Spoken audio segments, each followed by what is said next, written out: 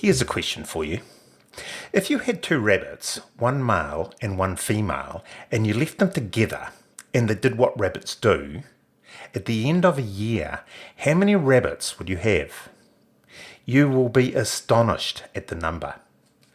All will be revealed later in the podcast. Sarah from Oxford, England has messaged me wanting some information on keeping rabbits as pets. Rabbits have been kept as pets since Victorian times. It's reported that rabbits are actually the third most popular pet in the United Kingdom. So in this episode of the Vet Podcast, we discuss the care of your rabbit. You are listening to the Vet Podcast, presented by veterinarian Dr. Brian Greger from New Zealand. Join us as we discuss pet health issues from around the world.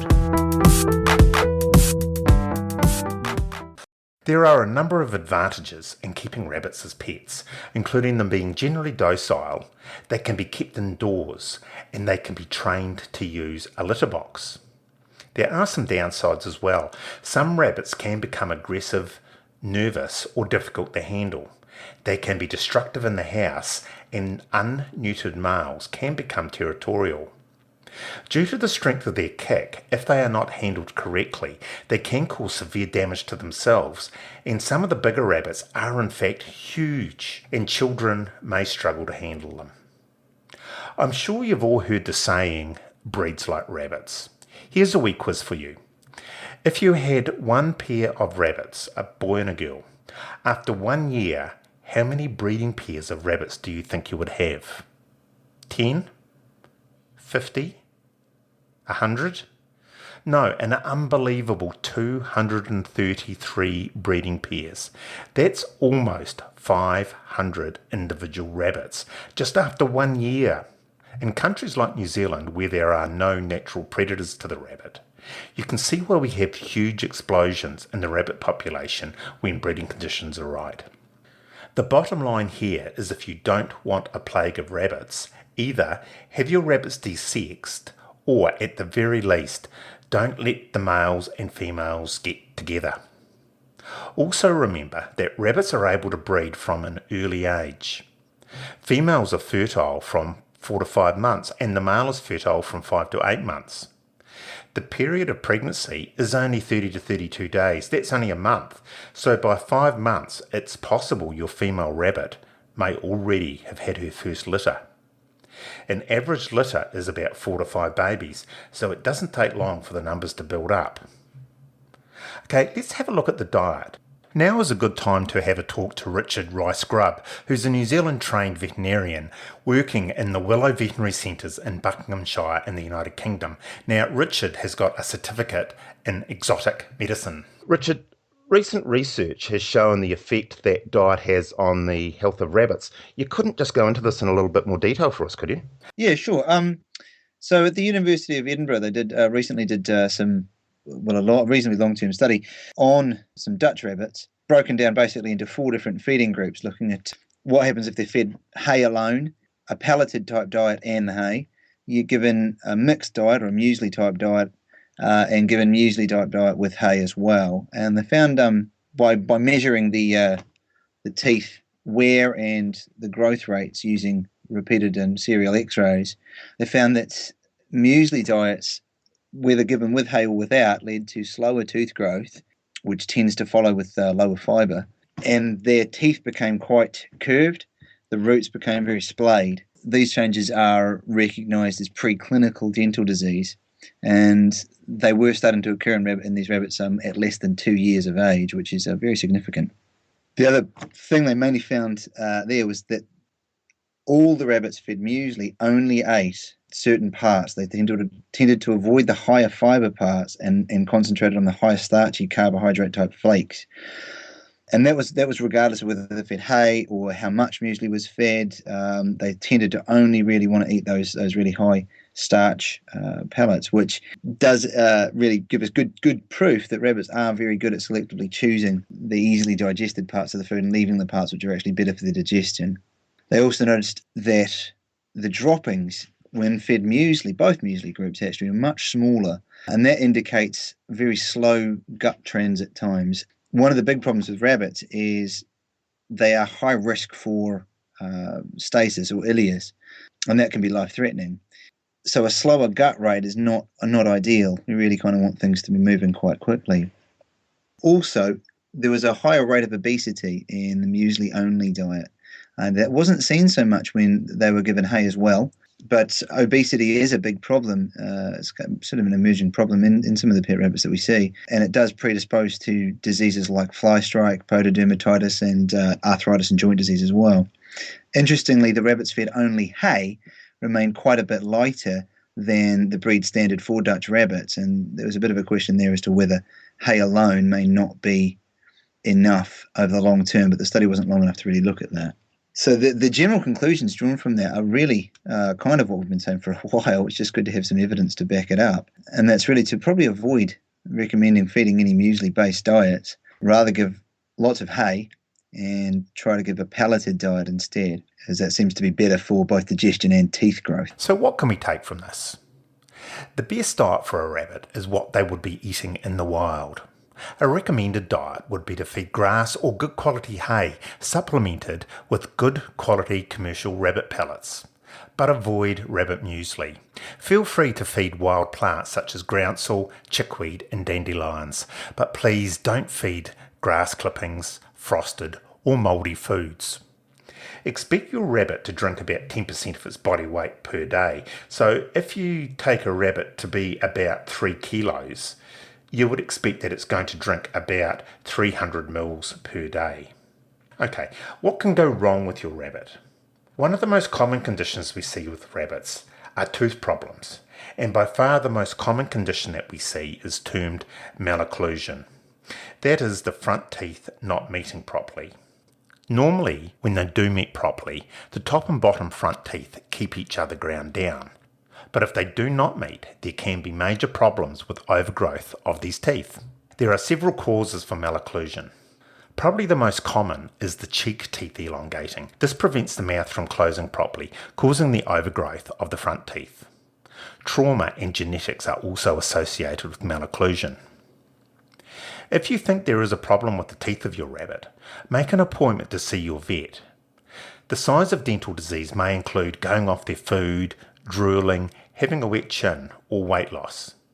There are a number of possible treatments ranging from simple dietary changes to surgery. Depending on what part of the world you live in, there are a couple of really nasty diseases your rabbit can catch. We go back to Richard. One is myxomatosis, which isn't present everywhere, but is present in North America, South America, Europe, and Australia, I think. And the other one is RCD or VHD virus, which is a bit more widespread. Myxomatosis is a pox virus mainly affecting the skin and can cause quite severe swellings in the face, particularly at the eyes, the nose, and also in the genital area, and has a rather prolonged course of progression of disease. Over about 7 to 14 days, the rabbit gets progressively weaker, gets a discharge from the eyes, swellings and nodules over the head particularly, but all through the skin potentially, and eventually most of the time they will succumb and unfortunately die. It's reasonably difficult to treat, but some rabbits will survive with supportive care, keeping them in a warm environment, providing lots of fluid, and antibiotics to control any secondary infections. But the main way to prevent it is vaccination where the vaccination is available. Myxomatosis is mainly spread by biting insects, including fleas predominantly, but also mosquitoes, the rabbit fur mite, Chilatiella, and biting lice as well. So where vaccine is not available, but the disease is present, then very strict insect control can be helpful in preventing the spread of disease. Viral hemorrhagic disease, VHD or RCD, or rabbit calicivirus disease, is a bit nastier in that usually it will lead to no other clinical symptoms other than sudden depression and death within 12 to 36 hours. It's mainly spread by direct contact with other rabbits, but can be spread in the air. It can be spread through carcasses of dead rabbits and can be spread on fomites such as hay, birds' feet. There's some suggestion that even birds of prey may spread the disease through as they catch rabbits. There isn't really any treatment, unfortunately, for viral hemorrhagic disease, although rabbits under the age of 10 weeks are immune to it, so it only affects older rabbits. Again, there is a vaccine available, more widely available than the myxomatosis vaccination, which seems to be fully protective. In terms of prevention, other than making sure that wild rabbits cannot get into the pet rabbits area and making sure that any hay or bedding is bought from a reputable source and is clean and fresh, there's not much else other than the vaccination that can be done. We often have rabbit owners inquiring about cloudy urine from the rabbit. Normal rabbit urine is often cloudy, so it's not usually of any consequence. If you are worried about the colour of your rabbit's urine, the sensible advice would have to be to contact your vet. It's important to keep your rabbit groomed. Regular brushing keeps their coats healthy and helps to prevent hairballs. A nasty condition that we see here is a thing called fly strike. This occurs when flies lay their eggs on dirty or wet fur. The eggs hatch into maggots and the maggots burrow into the skin of the poor rabbit. This condition will require intensive treatment from your veterinarian. To prevent it, keep the rabbit groomed and keep it dry. During summer, check under the tail daily as the condition can occur very quickly. Finally, another condition we see with rabbits are Pasteurella abscesses. Let's go back to Richard. The first thing, Richard, what do these abscesses look like? Well, they generally appear as large swellings under the skin. They can occur in a lot of different places around the head and the body, but they're generally they just look like large, round lumps under the skin. How do the rabbits get them? An abscess is the rabbit's reaction really to bacterial infection. So they can come about from injuries to the skin, any penetrating injury, a bite from another rabbit, foreign body like a seed. And they can occur also in relation to dental problems where the teeth are overgrown and put pressure on the bone and allow bacteria from the mouth through the root into the bone area and cause an abscess that way. Now here's the million-dollar question, I suppose. With cat bite abscesses, we find them relatively easy to treat and fairly successful. How are rabbit abscesses different than cat bite abscesses, and how are we best to treat them? The main difference is the way that rabbits, the type of pus that rabbits form, really. Rabbit pus is very, very thick and cheese-like, very much like the consistency of sort of a dry cottage cheese.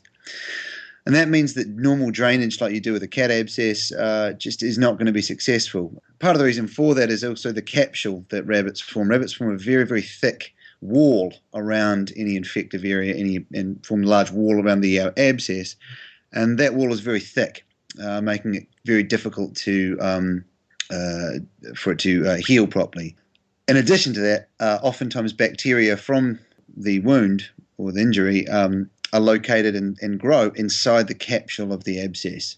And that means in treating rabbit abscesses, the goal is to try and remove the capsule. A lot of rabbit vets consider that rabbit abscesses should be treated or viewed very much like a tumour and removed with as large a margin as possible, and the hope that we can get the entire abscess capsule out and therefore any bacteria. So surgery really is the best option for a cure, for a chance at cure, but it should be stressed as well that even with that, there is still a reasonably high recurrence rate. Is there any way that rabbit owners can prevent these abscesses from forming? Obviously, it's impossible to completely stop or completely prevent any damage, trauma to rabbit skin. But one area where they can do a lot of things to help prevent abscesses is in facial or dental abscesses. And that's basically good husbandry advice. Again, it's about keeping the rabbits on a high fibre, hay-based diet, a limited number of pellets and a few vegetables, giving them plenty of space to roam around and plenty of wear to their teeth. Don't let these problems put you off having a rabbit as a pet. They can be a very easy care, fun pet to have and are great for teaching younger children how to look after animals.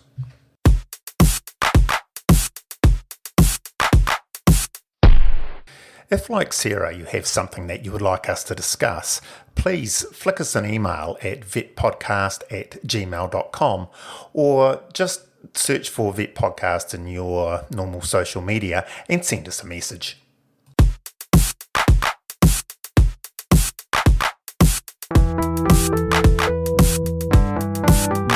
To find us on Facebook, Twitter or Instagram, just search at Vet Podcast and like us while you are there. Subscribe to us on your usual podcast player, and if you enjoyed the podcast, please rate us on your player and share us with your friends. Our website is vetpodcast.weebly.com. Weebly is Weebly, or email vetpodcast@gmail.com.